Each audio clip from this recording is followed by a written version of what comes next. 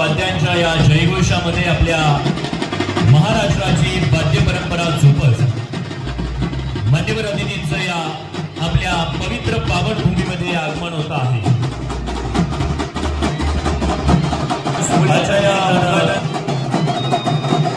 ज्यांची या ठिकाणी प्रमुख उपस्थिती आहे, जे प्रमुख पाहुणे आहेत, त्या प्रमुख पाहुण्यांचं या ठिकाणी आगमन होत आहे। आपल्या बीड तालुक्याचे सन्माननीय माजी लोकप्रिय कार्यसंघ आमदार पुणे जिल्हा मध्यवर्ती सरकारी वकील संसद यांना मोठ्या पाटलांचं आगमन सोहळ्याच्या निमित्तानं ज्यांची या ठिकाणी प्रमुख उपस्थिती आहे, जे प्रमुख पाहुणे आहेत, त्या प्रमुख पाहुण्यांचे या ठिकाणी आगमन होत आहे। आपल्या बीड तालुक्याचे सन्माननीय माजी लोकप्रिय कार्यसंघ आमदार पुणे जिल्हा मध्यवर्ती सरकारी वकील संसद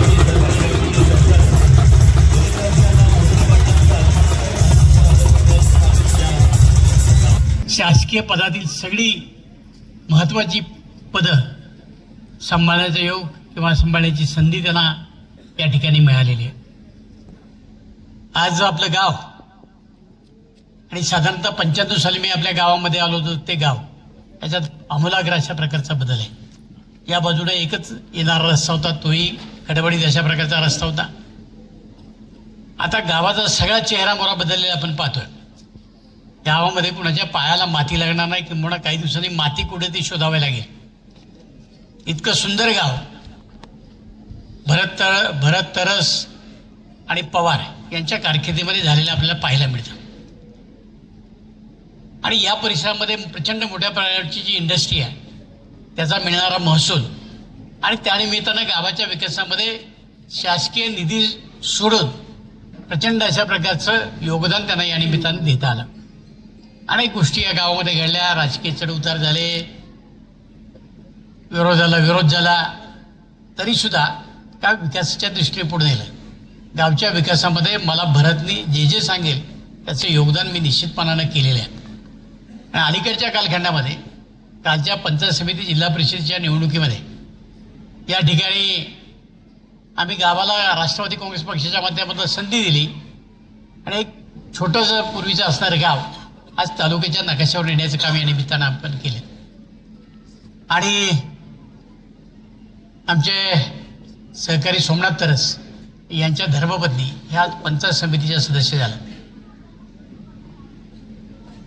गावाचा विकास केला, गाव विकासाच्या दृष्टीने पुढे नेलं तर त्या गावाचा चेहरा मोहरा बदलतो आणि गावाला निश्चितपणे त्यामुळे संधी प्राप्त होतात, हे या निमित्तानं आपल्या सगळ्यांना पाहायला मिळालं। मी मगाशी कलशेट्टी साहेबाला आणि आमच्या शिंदे साहेबांना व्हिडिओनं सांगितलं, तुमचं ऑफिस नाही, इतकं सुंदर ऑफिस ग्रामपंचायतीचं आहे। तो या परिसरामध्ये वासुले असेल, आजूबाजूची बरीच ग्रामपंचायती असतील, तिथं उत्तम ऑफिसेस करण्याचं काम या सगळ्याच मंडळींनी या ठिकाणी केलेलं आहे। भविष्यामध्ये अनेक प्रश्न आहेत आणि या प्रश्नाची सोडवणूक करायची असेल तर आपल्याला शासनाचा फार मोठा आधार लागेल, सहकार्य लागेल। पूर्वीच्या काळामध्ये यायला नीट रस्ता नव्हता, प्यायला पाणी नव्हतं, एवढ्या दोनच समस्या आपल्याला जाणवायच्या। आता प्रचंड मोठ्या प्रमाणात राहणाऱ्यांची संख्या वाढली, आता ते ड्रेनेजच्या पाण्याचा प्रश्न निर्माण झाला, कचऱ्याचा प्रश्न निर्माण झाला। एवढा कचरा कुठं नेऊन टाकायचा, एवढं घाण पाणी कुठं सोडायचं, आणि रोज लोकसंख्या वाढते आणि मग या एवढ्या वाढणाऱ्या लोकसंख्येला पिण्याचं पाणी कुठं आणायचं, हे सगळे प्रश्न आपल्याला या ठिकाणी उभे राहिले। माझी एवढीच विनंती राहणार आहे की साधारणतः आपल्या सगळ्यांनाच माहिती आहे की 28 तारखेला दादा गेल्यानंतर साधारणतः 3-4 दिवसामध्ये सुनेत्र वहिनींना राज्याची जबाबदारी सांभाळावी लागेल।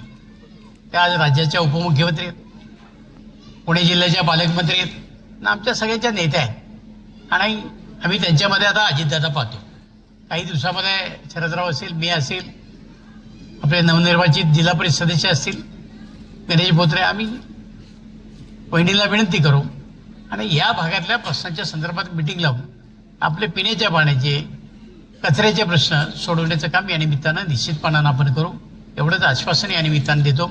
आपल्या सर्वांना माझी नम्र विनंती आहे की आता इतका चांगला विकास या निमित्तानं झालेला आहे, त्याला दृष्ट लागणार नाही, एवढंच काम या निमित्तानं करा।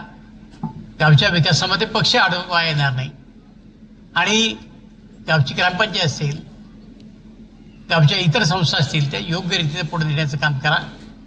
एवढीच माझी आपल्या सगळ्या लोकांना विनंती राहणार आहे.